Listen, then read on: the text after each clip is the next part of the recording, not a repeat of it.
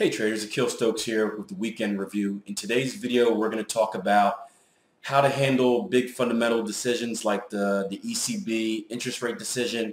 We're going to take a look around the syndicate and update you on some of the trades that flowed over from last week and some of the trades we looked at this week. And then at the very end, I'm going to talk to you guys about how to properly set up your trading strategy to trade a breakout, since of course we do have non-farms tomorrow and we are expecting some big candles. So sit back, relax, and enjoy this week's weekend review.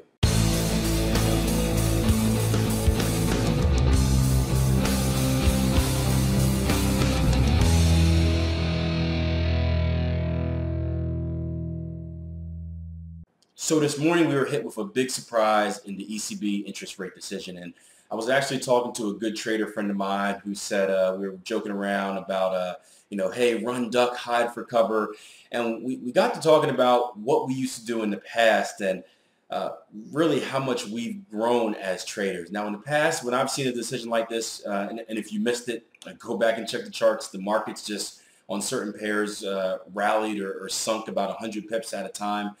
And in the past, I would see that big candle and I would say, you know what, I got to get involved. I'd run to the computer. I'd hurry up, get my orders ready, and I'd sell. I got to get involved in this big bearish candle. I got to sell. Everyone else is selling. Got to hit the momentum.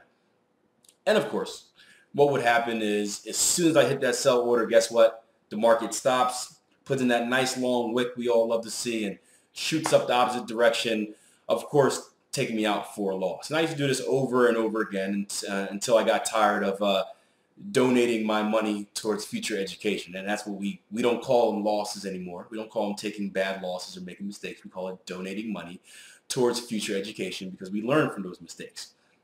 But again, it was great to think back how much I've grown from that time as a trader. And now I'm much more patient. I'm set with my strategy. I'm set with my plan. I realize I don't have to be involved in the market. And on days like that, days like today, that's just what I do. I stay out. I told my live room members, we have this interest rate decision that actually happened before the live room. We have an FOMC statement later. We've got the press conference all throughout our day trading session. I'm just going to stay away because at this point, trading becomes gambling and we essentially lose our edge. Everything we do in our trading plan, what makes our trading strategy and our trading plan profitable is the fact that we have an edge over the market. We have a loss for words right now, but we have an edge over the market with our plan. Our plan says that if we enter the trade at this point in time, consistently over time, we should be profitable based on back testing and all the work that we put into developing that plan. Now, if we're trading during times like this where the market's just rallying up, rallying down, going all over the place, well, it's more like gambling.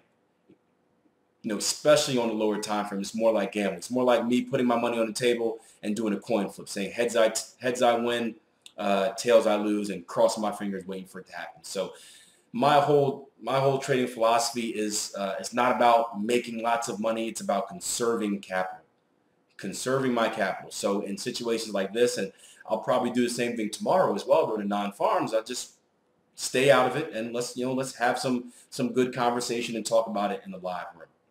So that's how I approach big decisions like this. Now, here's something, if you're already involved in trades, that's a question I get a lot from these traders. What do you do? And that's really that's up to you guys. There's two choices. Either if you know it's going to be a big announcement, if you know something's going to come out that moves the market, you don't want to be in that gambling scenario, I would just close everything out at market. Say whatever trades I have on, whether they're in profit, whether they're in drawdown, I'm just going to close it out and cut my losses and get out of the market. Or you can do the exact opposite. You can say, and this is what I personally do on the higher time frames, I don't care about the news release. If I'm already in, I won't take any new trades during it, but if I'm already involved in a trade, I'm just going to leave it on. I'm going to make sure my stops are in place. I'm going to make sure my targets are set. So I want to take advantages of those moves. If the market rallies up, I want to get my money out. If it rallies down, I want to make sure I'm stopped out and I'm not taking a significantly bigger loss than what I want to. But I'll have those things set, double check them always, and then I'll sit back and watch what happened. And that was happening today. I got stopped out of a euro dollar trade, one that I brought to you guys earlier this week. I got Stopped out for break even on a euro yen Gartley pattern we had where we were looking for second targets.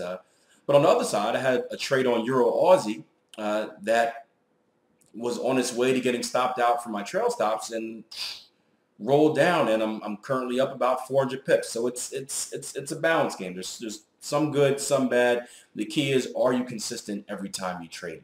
So that's how I approach these big fundamental events, and that's what I'll be looking for as I approach the markets tomorrow. So let's go ahead and take a quick look at some of the trades we had during the syndicate. I spoiled it a little bit by talking now, but we'll take a quick look around the charts, and then afterwards I'm going to show you a recap lesson from the live room that talks about breakouts. So as you can see, I'm on a different charting package today. This is actually a website. We talked about this during the Technical Trader Workshop in October, but www.tradingview.com. It's a website. Just click it in. You can go in there and basically get charts for every market. Now, I've been having some issues with my charting package this week, so I don't want to take any chances on again, showing you guys a chart that isn't accurate. So I decided to use this, but I want to recap you on some of the trades we talked about earlier in the week in the syndicate video I put out. And I actually made this syndicate video public, so go back on YouTube, watch the most previous video. It would have been, I think it's called Some Good Trading Opportunities for an earlier look. But I'm going to run through these quickly. First was the euro dollar. We talked about euro dollar and the pound dollar. Pound dollar actually played off pretty nice. Euro dollar, we're looking at this structure level right here. We looked at the overall, the bigger picture of the chart, and we're forming an outside return and said, hey guys, if price action comes down into this structure level, we should see we should see some type of hold in price action. As you can see, price action came down to it. We actually put in a very nice double bottom there, and we started to rally up. I didn't get my targets hit, and this is one of the things I was concerned about. For those of you who are following me in the live room, I really wanted to come up here and get targets hit before Thursday came out, because I just didn't know what the ECB was going to do, and I knew we'd see a reaction, and well, it would go one of two ways, and you can see the reaction went against me. So I took a losing trade on this, but you can see the market came down. It started to do what we predicted. We did get a higher high, higher close above the structure level, which told us the market was getting ready to go in that direction, and then interest rate decision, boom, fall off a cliff. Another one was New Zealand dollar. This one was actually a very good trade in patience. Hard to see right here, but we had a bat pattern, and let me zoom this up a little bit and drag this over. Oops, don't want to do that. Drag the chart over. There we go. We had a bat pattern here, and this was a great example of not only patience but smart stop taking. And we had our X to A, boom, A to B, B to C, and then our CD completion was down about here somewhere. And the market fought this thing off for I think about a week it was, and we came all the way down, probing this structure level similar to the euro dollar and the pound dollar, and you can see just the bulls kept holding, and for patient, disciplined traders, it paid off, because we spiked up about 100 pips, got target 1 and target 2 hit. And this is one of those trades where rookie traders, or a lot of rookie traders, they'll see it around here and just, I've been in it for so long and the market's not doing much. Let me just, if we get back to break even, let me just, stop myself out for a scratch trade. Let me take a little bit of a loss, or let me take a small profit as soon as this little green candle came up, as soon as we get 20 pips up or something like that, because, well, 20 pips up is better than losing 50 or whatever. And as a trader, you can't do that. We've got to see our plan through the entire way. And again, for those who stayed in it, for those who were patient, disciplined, you were rewarded with a 2-target winner. What else did we have? We had euro yen. We had a bat pattern on as well, or a Gartley pattern on euro yen, I believe. Yep, we had a Gartley pattern right here. Let me draw this on. I believe it was X to A, A to B, B to C, C to D. This is one I talked about that came up and actually nipped target 1 before, again, our rate decision came out, and we rolled over. So at least we got target 1 hit and then got stopped out on trail stops. So, something is always better than nothing. And then lastly, euro Aussie, which was my personal big winner. This was a trade I was really excited about, because it was really a structure-based trade.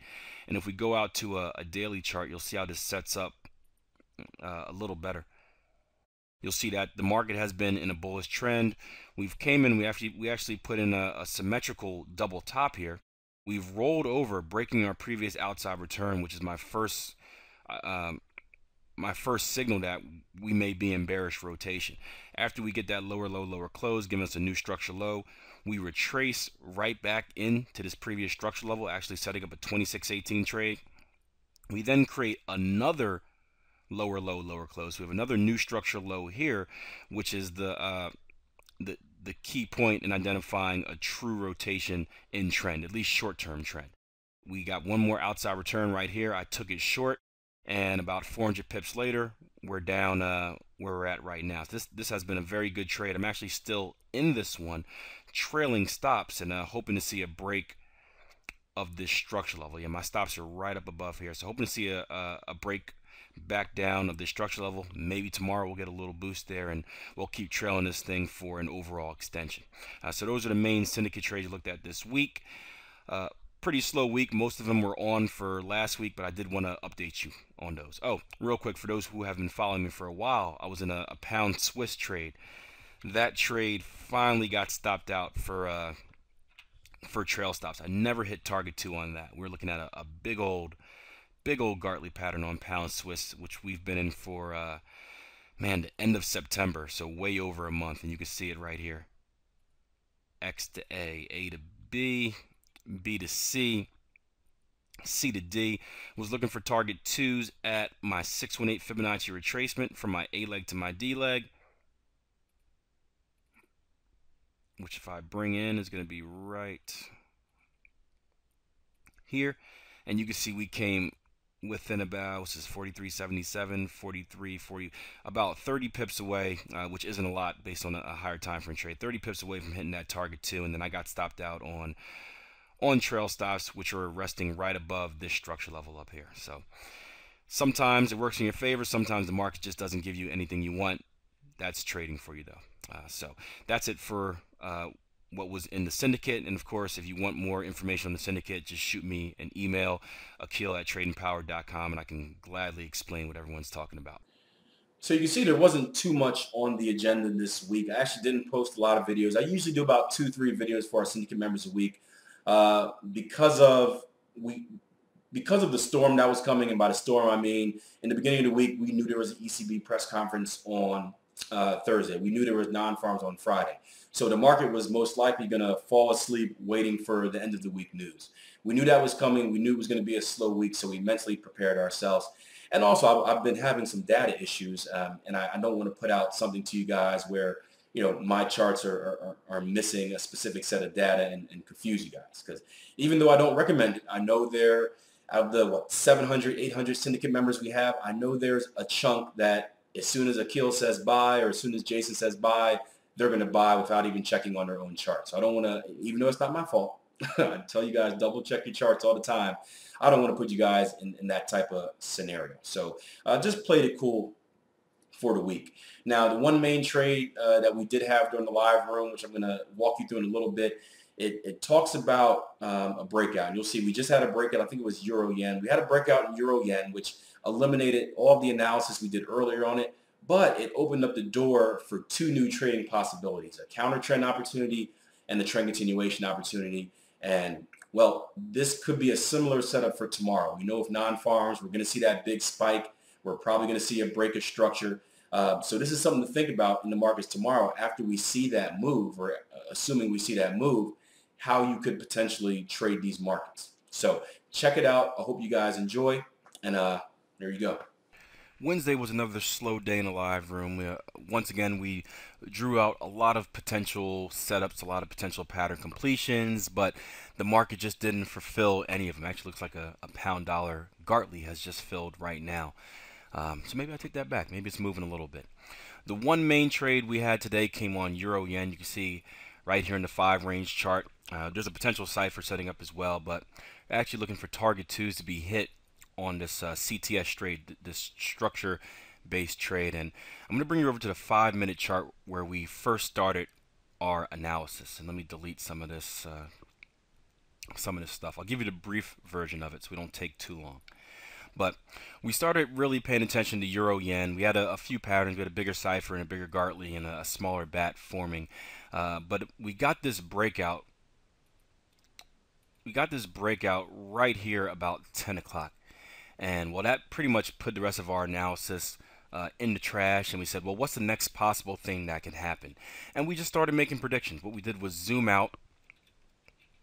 We identified an ABCD pattern. So we did this. We took our swing low to swing high here, copy and pasted that, drug it on.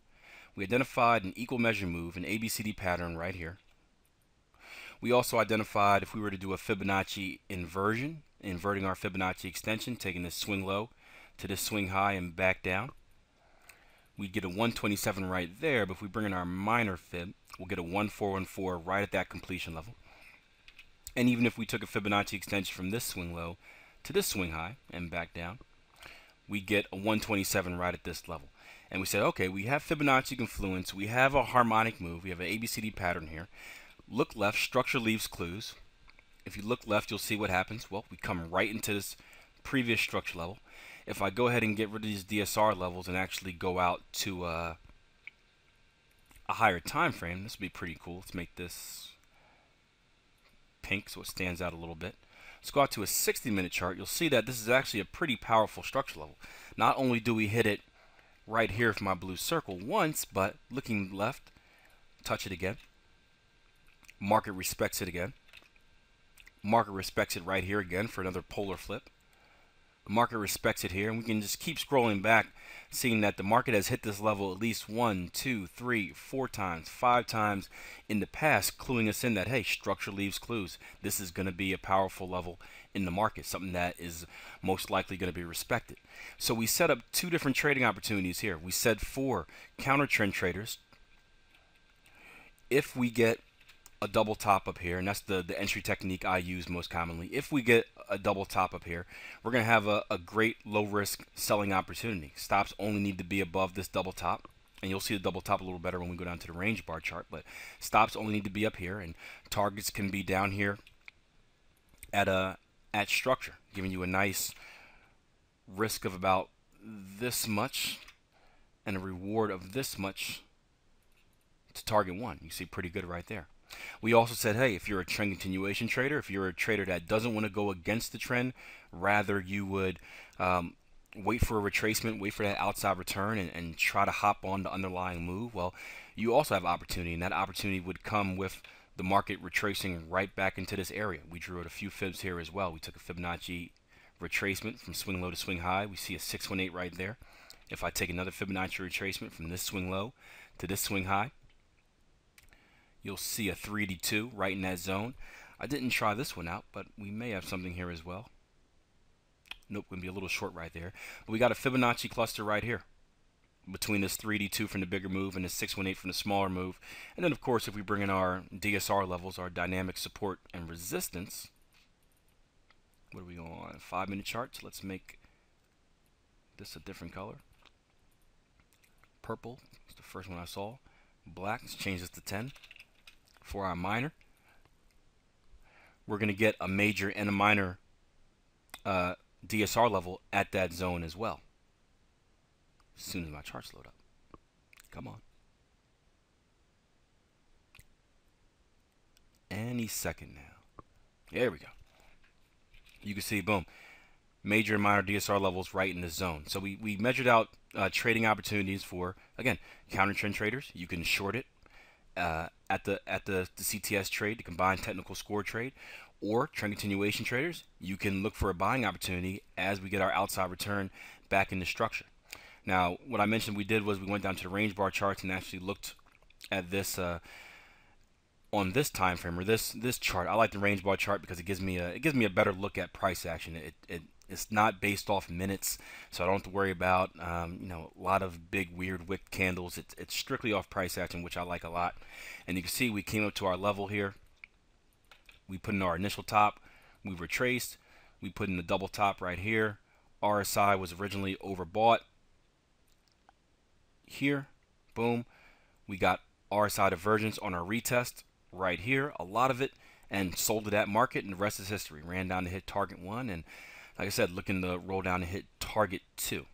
So a slow day, but being able to snipe the market, we went 1 for 1. A few other traders actually, I think, caught some other patterns, some of the minor crosses, ones that I don't count for the day trading portfolio, or ones that I don't look at for the day trading portfolio. They caught a few winners on that as well. But for our room, 1 for 1, very good trade, very good lesson on predictive analysis, and like I said, having to make some money out of it too, which is always good.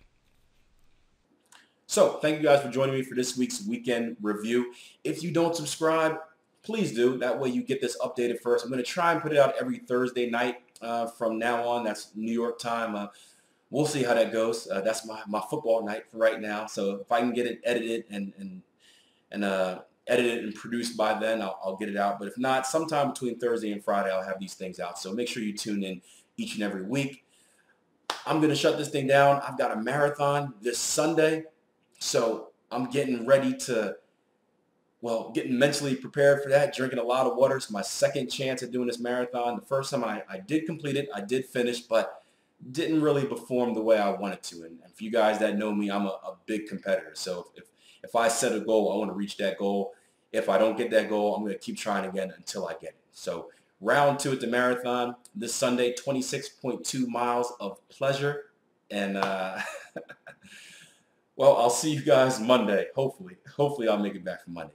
Take care. Plan your trade. Trade your plan. I'll see you guys next week.